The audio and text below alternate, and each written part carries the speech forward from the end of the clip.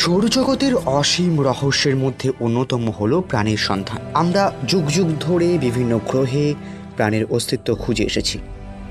তবে সৌরজগতের মধ্যে এমন কিছু গ্রহ আছে যেখানে প্রাণের অস্তিত্ব একেবারেই অসম্ভব। বুধ সূর্যের সবচেয়ে কাছের গ্রহ। এই গ্রহে দিন ও রাতে তাপমাত্রার পার্থক্য এত চরম যে এক মুহূর্তেও জীবনের জন্য অজস্র হুমকি তৈরি হতে পারে। বুধে দিনের বেলায় তাপমাত্রা উঠে যায় 430 ডিগ্রি সেলসিয়াস, যা লোহার মতো কঠিন ধাতুও গলিয়ে দিতে পারে। রাতে তাপমাত্রা হঠাৎ নেমে যায় -180 ডিগ্রিতে, যা ত্বক, জল সবকিছুকে তুষার বা বরফে পরিণত করে। চরম উষ্ণতা ও শীতলতার মধ্যে প্রাণ টিকে থাকা সত্যিই অসম্ভব।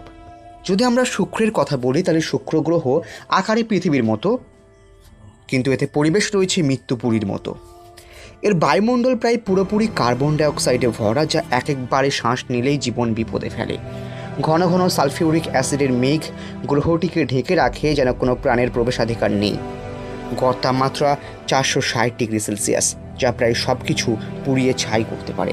শুক্র গ্রহে দাঁড়িয়ে থাকা মানে একেবারে জীবনের সব আশা হারানো।